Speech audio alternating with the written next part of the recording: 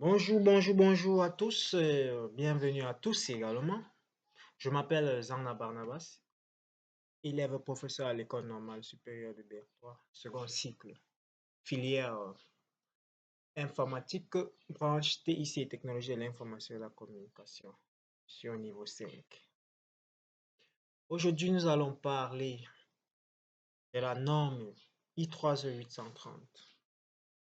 Ce tutoriel serait basé sur la pratique recommandée I3E830 pour pouvoir rédiger une spécification d'exigence logicielle.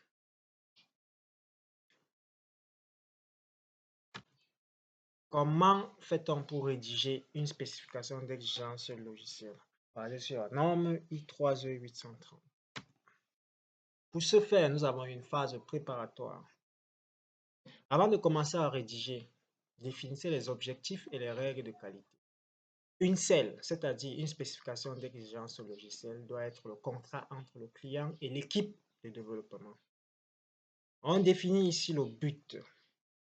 La CEL doit définir le qu'est-ce que le logiciel fera et non le comment il sera conçu. Le collaborateur, on identifie et implique toutes les parties prenantes, client, utilisateur final, développeur, testeur. La crible de qualité fait référence aux 8 caractéristiques de la norme I3E830 que voilà, nous avons listé ici.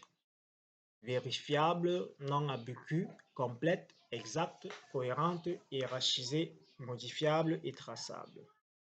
Vérifiable. Y a-t-il un moyen économique et déterminé de tester l'exigence? Non ambigu. Une seule personne pourrait-elle interpréter cette exigence d'une autre manière? Utiliser des termes précis. Complète. L'exigence couvre-t-elle les entrées valides et invalides? Éviter l'expression à déterminer. Exact.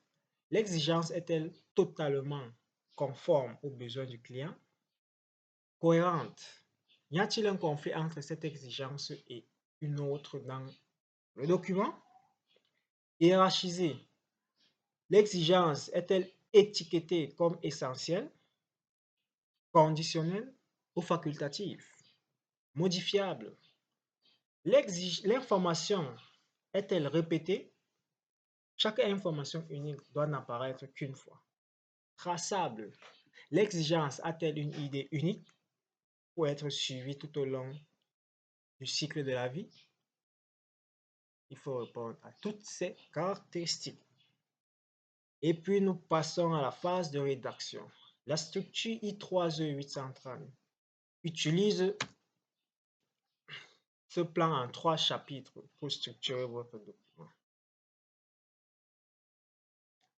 Vous allez utiliser ce plan en 3 chapitres pour structurer votre document. Chapitre 1, l'introduction. Fournir le contexte général et les conventions de lecture. Le but de ce document, servir de base, par exemple, servir de base pour le développement, les tests, la portée, le nom, c'est-à-dire le nom du produit logiciel, ce qu'il fera et si nécessaire, une liste de ce qu'il ne fera pas, la définition, un glossaire des termes spécifiques du projet, les références, liste des documents sources, normes externes, documents du système parent, contrat, aperçu du document, explication brève, expliquer brièvement plutôt, expliquer brièvement ce que contiennent les chapitres 2 et 3. Nous passons au chapitre 2, la description générale. Présenter le logiciel du point de vue de l'utilisateur et du système. Nous passons par la perspective du produit. Situer le nouveau logiciel. Est-ce une modification, un remplacement ou une composante d'un système plus vaste? La fonction principale, fonction du produit, en d'autres termes. Un aperçu de haut niveau de ce que fera le logiciel. Utilisez les diagrammes ou les listes de points, pas les détails. On peut parler des diagrammes de Gantt, par exemple. Caractéristiques de l'utilisateur. Décrit les utilisateurs types. Opérateurs, exemple, nous avons les opérateurs avec 5 ans d'expérience. Tout dépend de votre application, bien sûr. Cadre non technique, tout ça. Nous avons les contraintes générales. Listez les facteurs qui limitent les choix de conception. Exemple, utilisation exclusive d'un SGBD, système de gestion de base de données. Sécurité ISO, par exemple. Nous avons l'hypothèse et dépendance. Les facteurs que l'équipe suppose être vrais, mais qui pourraient changer. Exemple, nous supposons que le serveur A sera disponible à 99% du temps. Ce sont des hypothèses et des dépendances que vous pouvez mettre dans votre cahier de charge. Nous venons là de parcourir le chapitre 2. Nous allons passer au chapitre 3 qui traite de l'interface externe. Détaille les exigences avec la structure et la qualité définie de la phase préparatoire. Chaque point doit être vérifiable. Par exemple, nous avons les interfaces utilisateurs, exigences concernant l'apparence, l'utilisation de la charte graphique de l'entreprise, convention. Nous avons les interfaces matérielles, communication avec les équipements externes, lecteur de code par exemple, les interfaces logicielles, connexion avec d'autres systèmes, par exemple API RESTful. Nous avons les interfaces de communication, protocole, de réseau de communication. Nous pouvons utiliser le protocole de réseau TCP/IP par exemple. Ok, nous avons ainsi passé la première partie du chapitre 3. Nous allons passer dans les exigences fonctionnelles. C'est quoi le logiciel? C'est quoi le but du logiciel? C'est quoi le but du logiciel? Organisez-les de manière logique. Ici, nous allons organiser les buts de manière logique. Par cas d'utilisation, par classe d'utilisateur ou par fonction. Structure d'une exigence fonctionnelle. L'idée unique et priorité. Description, l'action que le système doit effectuer. L'entrée données fournies par l'utilisateur système.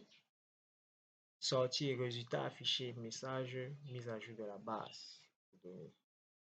L'exigence de performance, les attentes, l'exigence de performance, les attentes à la rapidité et la capacité du système.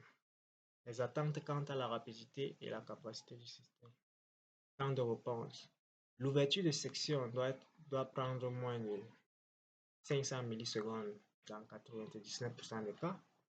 Capacité, le système doit supporter un pic de 500 utilisateurs concurrents.